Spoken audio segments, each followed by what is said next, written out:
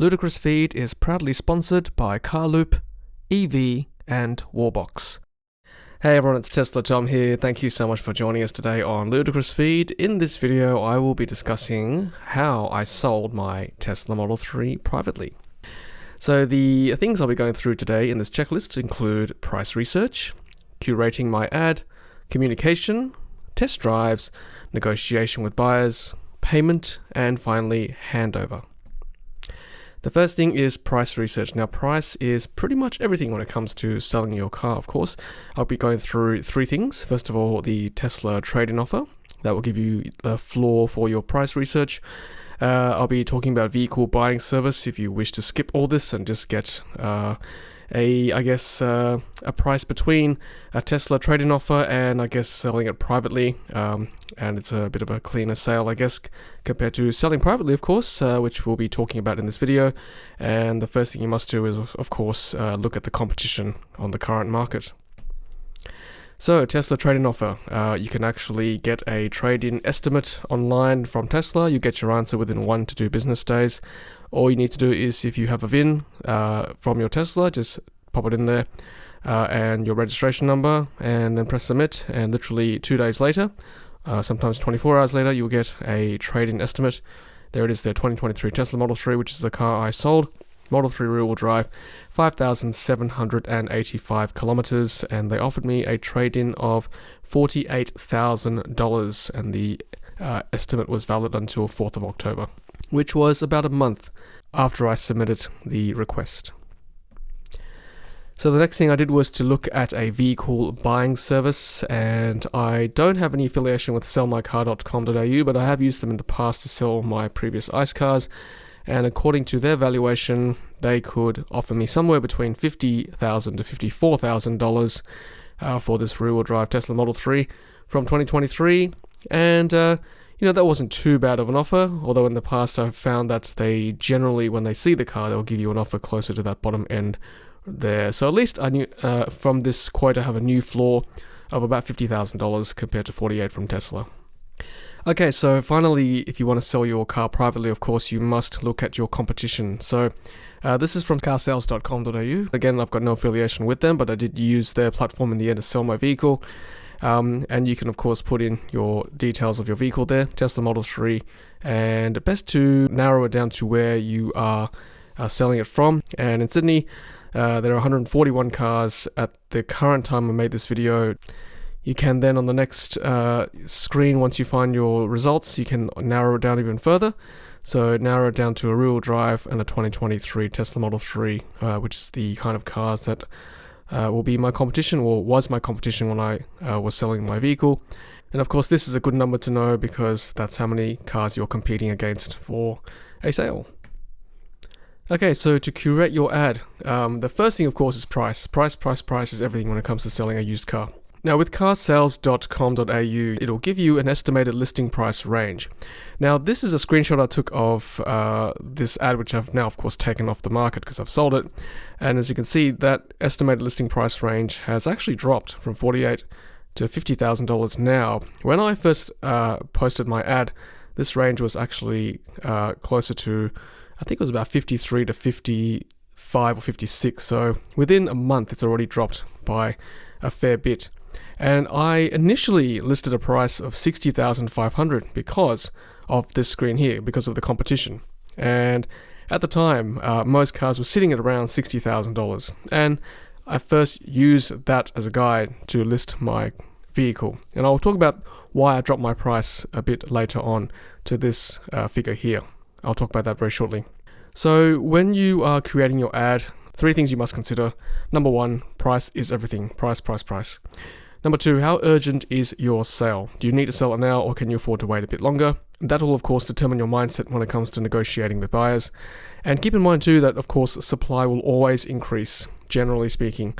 Particularly now when the new Tesla Model 3 Highlander's going to be delivered in the next 3 or so months, according to Tesla. So the reason why I decided to sell my car so early was because I knew there were going to be more Teslas on the market, given there is a new version of the Model 3 coming very soon. So these were the photographs that I used for my ad. I used the first 3 photos from when I first picked up the vehicle, and then I updated the ad with some more current photos. And I made sure that I had a front 3/4, rear 3/4, a side shot, both sides, front and back photo, and some interior shots as well. And just to be extra cheeky, I had a picture of the stalk in case there was a market for people who didn't want a new Tesla Model 3 without the stalks. So a little wink there to people in the know for my ad. And this was the wording I had for my vehicle. What happens with car sales is that they give you a pro forma anyway, with all the sort of standard specs of the vehicle, and then they spit out some extra text as well. I'm not sure whether it's AI generated or what, but it seemed very generic based on the sort of stock specs for my car. So what I did with the text was that I actually just altered them a little bit just to fit my vehicle. And then I also added my own text at the top here. So I put less than 6 months old and in excellent condition. I wasn't sure whether to put 4 or 6 months. Technically it was 4 months because I picked up the car in May and then selling it in September, which meant that it was a 4-month-old vehicle from delivery, but it was actually a 6-month-old car from the build date. So just in case anybody questioned that, I thought it'd be safer to leave it at 6 months rather than 4 months. And I was honest, I said selling this car to upgrade to the refreshed Tesla Model 3. That was exactly my reasoning. And I told potential buyers that I wouldn't be selling otherwise because the car is in excellent condition. It's been ceramic coated, and also the brand of the product that was used I put there as well, Next Zen. And that helps keep it shiny, of course. All windows tinted to the darkest legal tint, and there is the built-in pedestrian warning speaker boombox feature fitted as standard in this vehicle. And the pictures shown with aftermarket wheel caps, but can be easily restored to original aero caps, which are included. And I'll talk about aftermarket mods and accessories and factory inclusions as well, to be honest with your buyers a bit later on. Okay, so let's talk about communication. So once you've got your ad up and it's approved by car sales, 3 things you need to be aware of when you're communicating with buyers. 1, what is your price floor, and be very certain about this, because this will, of course, as I said, determine your mindset when you talk to these buyers. Pick the winners, and by that I mean the art and psychology of selling anything for that matter.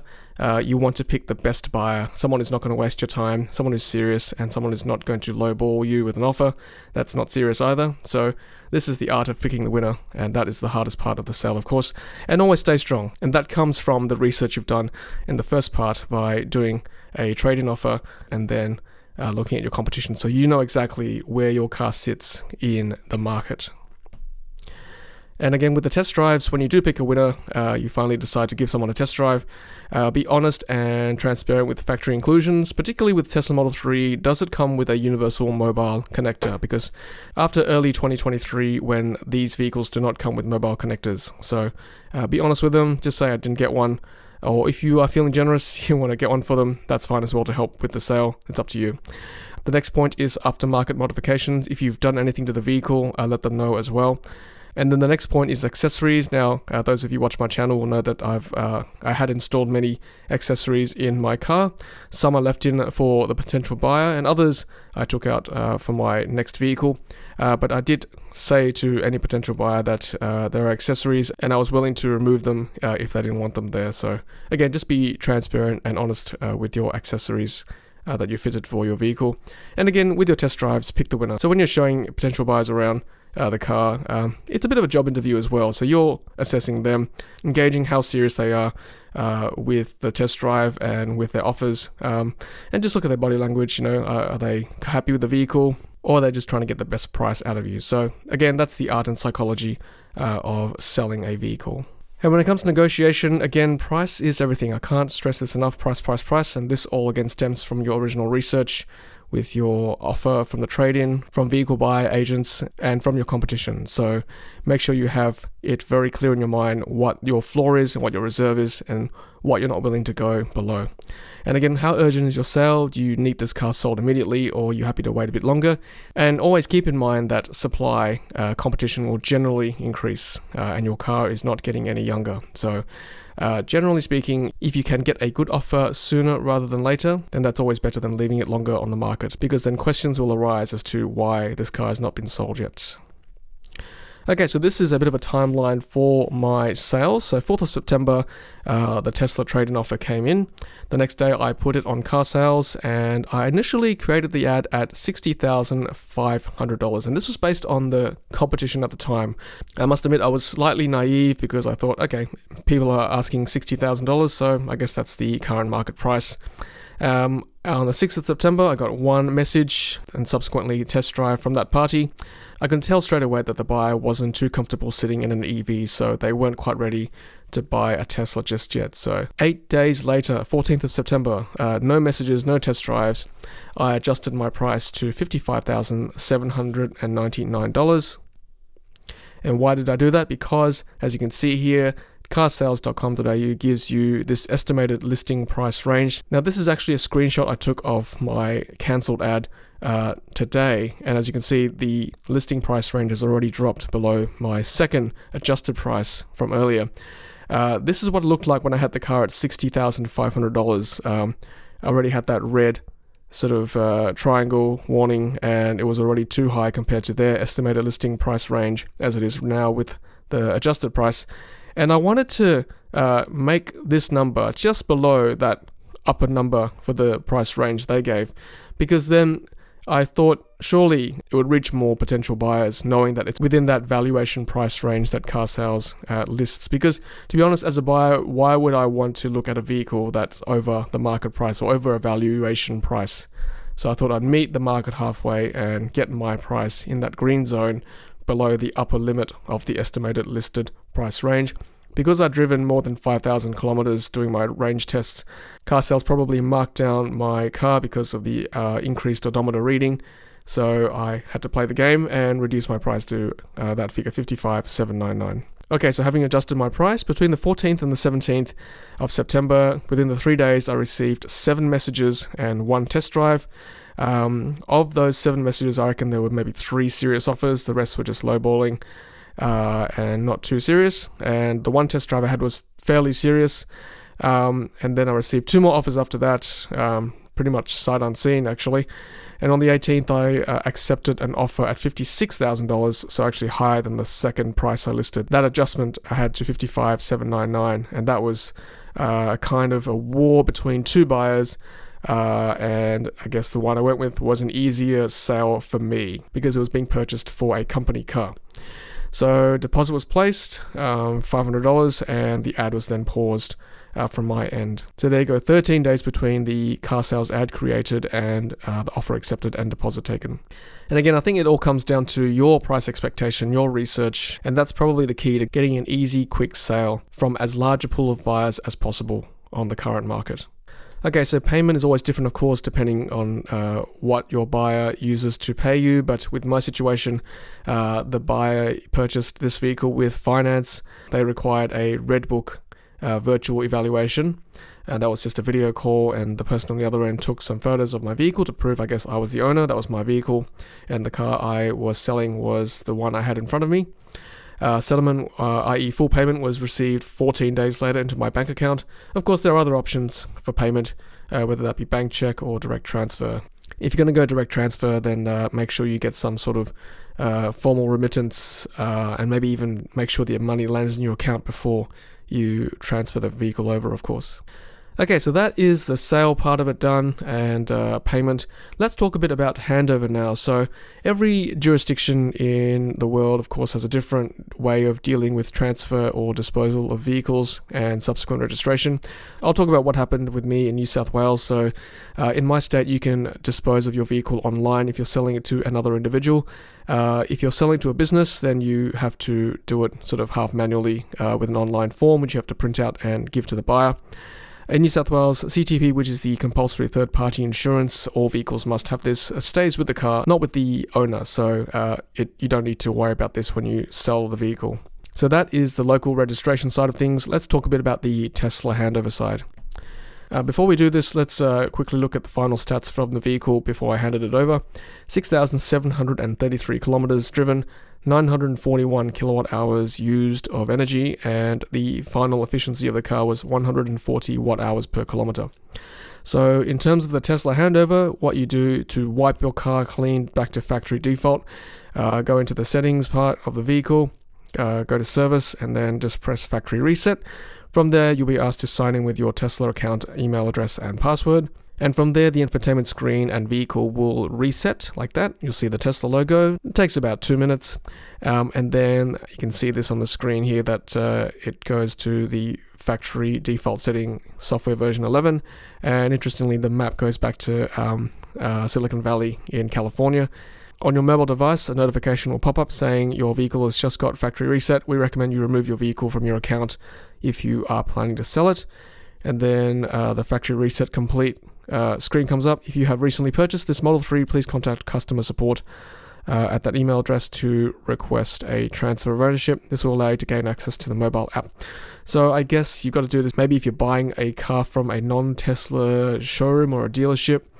But if you are selling it to an individual and the person is right next to you during the transfer process, you can actually transfer the car to them immediately via the Tesla app. So to do this, go to your Tesla app, click on your profile icon in the top right corner, and then you want to scroll down to Add Remove Products, and then you'll see all your vehicles that you've got in your Tesla app. So obviously my Model 3 is now gone, but if your vehicle is still in your app, which it should be, then just click it. And then from there, this screen will come up saying, yep, 2023 Model 3. I took a screenshot of this when I sold it and transferred it. Before removing your vehicle, collect the new owner's full name, collect the new owner's email, pay any outstanding balances, remove your vehicle from your Tesla insurance policy. Once this vehicle is removed, your subscription will be cancelled. You will lose access in the Tesla app. You will no longer be recognized as the owner. And I'd actually claimed a subscription via my refer and earn credits. So, I mean, no big deal. I lost a whole year's worth of subscriptions, which wasn't much anyway. And unfortunately, the subscription cannot be transferred over to the new owner. Press get started there, and then they'll give you a security code to plug into the app. And also, it will ask you whether you want to transfer it to an individual or third party. If you're transferring it to an individual who's standing right next to you, obviously click individual. If you are selling it to a dealership, then click on third party. If by chance you clicked on third party when you are actually selling it to a person, it's slightly harder to get it back. So I would recommend being very sure you clicked on individual when you're selling it to a private owner. So once you plug in your security code from the email, it'll then say transfer and remove vehicle request received. Your vehicle will be removed from your Tesla app while it is on LTE or Wi-Fi. This may take a few hours, so make sure your vehicle's in your garage or somewhere with Wi-Fi. Now don't freak out with this. It didn't take a few hours. It literally took a second. Like, I'm kidding you not. My car disappeared my ex car disappeared from my app straight away, and the new owner, who was standing right next to me, it appeared on their app immediately. It was amazing within like a second or two. So very impressive, very efficient. It did not take a few hours at all. And then I finally got an email which said, remove vehicle request has been received. A Model 3 will be removed from your Tesla app and Tesla account in a few hours. Any active subscriptions will be cancelled. Any referral history will be removed. If you have Tesla insurance, remove your vehicle from your policy. Now, don't freak out about this. Your referral history will be maintained if you have another vehicle, another Tesla in the account. So all my referrals and credits were still maintained, and my supercharging credit as well. And this was a good point too. If you have Tesla insurance, or any insurance for that matter, make sure you remove that vehicle. Now, just a quick point, a shout out to NRMA. Again, no affiliation there. I cancelled my policy the next day after I sold this vehicle and transferred it, and I got a refund into my bank account within a few days after that. So it was a very smooth process from NRMA.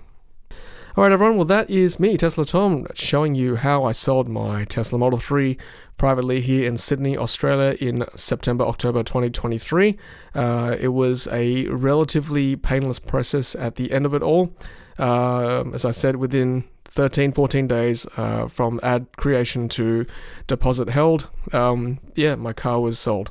Again, I'm doing this because I want to take delivery of the new Highland or refreshed Tesla Model 3 in Q1 2024, and I wanted to get ahead of the pack to sell this vehicle before more Teslas appear on the used car market, and to make sure that I got my car sold at a reasonable price. I used the Tesla trade-in to get an offer because I had previously disposed of our 2019 performance Tesla Model 3 that way. Got a pretty good price back then, but on this occasion I think $48,000 was a bit too low for October 2023. Possibly they gave us that price because knowing that the new car is available now, if you trade in like in January, February, maybe 48,000 is reasonable then. But I thought, selling it early, I should be able to get a better price, and I certainly did too. Somewhere between, people's asking prices on car sales and the trade-in offer. So $56,000 in the end. I actually purchased this car for $65,000. I got the rebate in New South Wales, $3,000 off. So really, it was $62,000 when I took delivery. So yeah, a loss of $6,000 in sort of 4 to 6 months. I can live with that, knowing it's going to another owner here in New South Wales. All right, everyone. Well, thank you so much for watching. Until the next Ludicrous feed video. Happy charging.